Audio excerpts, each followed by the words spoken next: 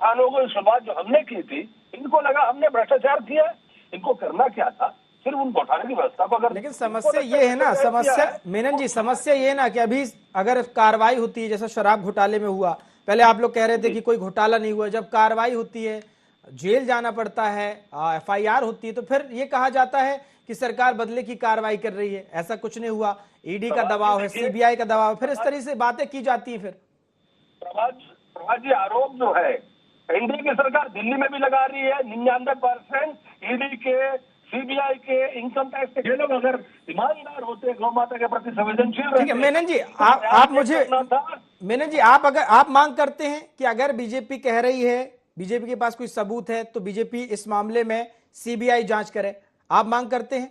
कांग्रेस मांग करती है इस बात की कि इस जो अगर घोटाला हुआ है इसमें, तो इसकी सीबीआई जांच होनी चाहिए।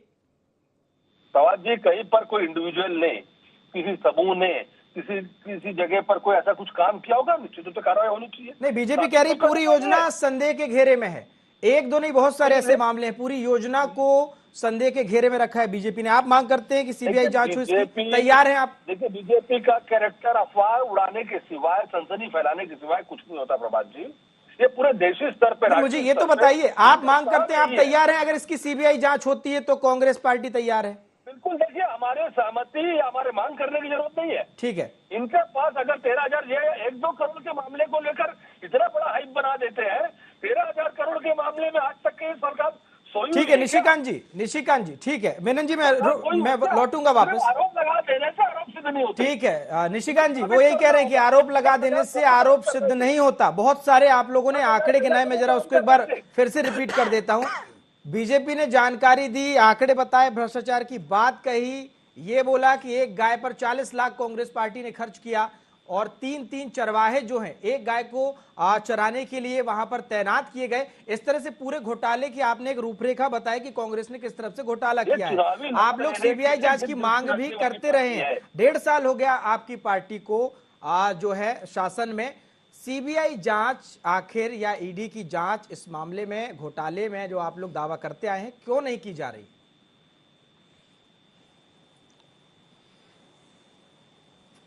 प्रभात जी, आपने मेरा स्कोर कर दिया, उसके लिए मतलब जो आपने बात रखी कि जब मेनन जी कह रहे हक को नीलाम किया गया, किसके माध्यम से, उस समय कौन था सोनवानी जी और किसके माध्यम से हो रहा था, तो इसको आप निशिकांत जी मुझे ये बताइए ना। ठीक है, बहुत सारे मामले हैं जिस पर सीबीआई ईडी जांच कर रही है, इसमें जांच होगी या नहीं होगी, ये मुझे बताइए। क्योंकि आप लोग भी जब कांग्रेस शासन में थी तो आप लोग लगातार बोल रहे थे कि इसकी जांच होनी चाहिए, जांच होगी कि नहीं इस पर, ये बताइए ना मुझे।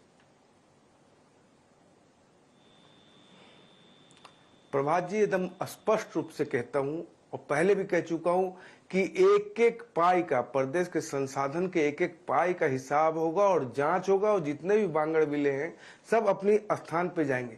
हमको किसी से कॉम्प्रोमाइज होने की आवश्यकता नहीं है।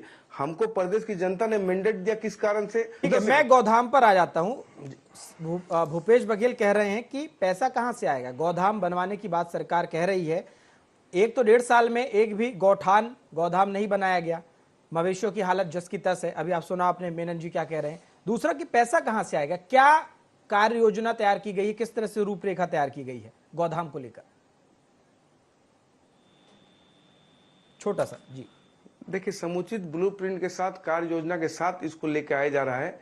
लेकिन प्रभात जी, जो व्यक्ति ये बात करे वो पूर्व के, मतलब प्रदेश के